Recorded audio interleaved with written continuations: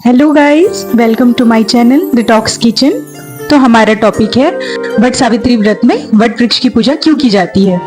तो गाइस, मैं हो गई तैयार अपनी चूड़ी, बिंदी, साड़ी और झुमकों के साथ। अब हम पूजा की तैयारियों में लग जाते हैं, जिसमें हम लेंगे थोड़ा बेसन, जिसे हम गूंथ कर छोटी छोटी गोलियां बनाएंगे और उसे स्टिक में चिपकाते जाते हैं। इसके लिए हम लेते हैं 12 स्टिक और 9 बेसन की गोलियां चिपकाते जाते हैं। इस तरह से हमारी 108 गोलियां बनके तैयार हो जाती हैं। मेरे पास तुम ही।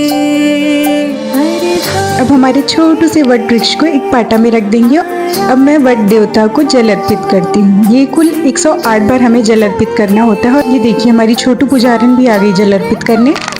अब हम सिंदूर, पुष्प, धूप, दीप, नारियल आदि आदि भगवान जी को अर्पित करेंगे। वट सावित्री में 108 की गिनती का बहुत महत्व है। जैसे 108 बेसन की गोलियां, 108 बार वट वृक्ष को जल अर्पित करना, 108 बार वट वृक्ष की फेरे लगाना और 108 बातियों का दीप जलाना।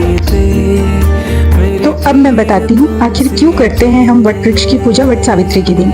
तो कथा ऐसी है कि सावित्री का विवाह सत्यवान से होता है और उसे पहले से नारद जी से ज्ञात होता है कि आपके पति की उम्र ज्यादा तो नहीं होगी।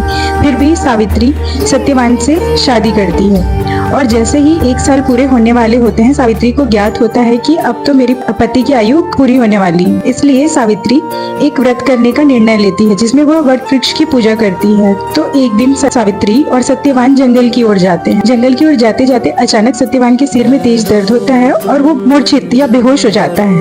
और अचानक सावित्री एक की नजर अपने पति के समीप खड़े यमराज पर जाती है। वह बोलती है, देव आप कौन हैं? यमराज जी कहते हैं, मैं यमराज हूँ, तुम्हारे पति की आयु पूर्ण हो चुकी है, मैं उसके प्राण लेने आया हूँ। सावित्री कहती है, नहीं, आप इन्हें नहीं ले जा सकते। और वह यमराज जी के पीछे पीछे चलने लगती है। यमराज जी कहती है, देवी तुम वापस चली जाओ, मुझे इसके प्राण ले जाने ही होंगे। पर सावित्री नहीं मानती और पीछे पीछे चलने लगती है।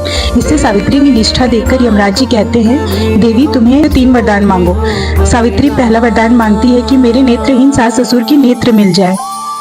दूसरा वरदान मांगती है मेरे सास ससुर का खोया हुआ राज्य मिल जाए। और तीसरा वरदान मांगती है कि मुझे सत्यवान से पुत्र की प्राप्ति हो। और यमराज जी तथास्तु कह देते हैं। इस प्रकार सावित्री को उसके पति का प्राण वापस मिल जाता है। और तब से हर स्त्री वट सावित्री के दिन व्रत करती है और वट वृक्ष की पूजा करती है, अपने पति के स्वास्थ्य और लंबी आयु की कामना करती है। तो दोस्तों, वो स्त्री है, वो कुछ भी कर सकती है। ये लाइन यूं ही नहीं कहा गया है, और ये तो फिर भी पति का प्यार है। तो अपने पति के प्यार के लिए, अपने पति के स्वास्थ्य और आयु के लिए हम स्त्री कितनी भी निर्जला व्रत रख सकती हैं।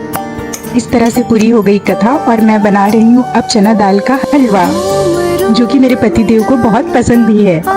तो इस तरह से बातों बातों में हो गई हमारी पूजा कंप्लीट।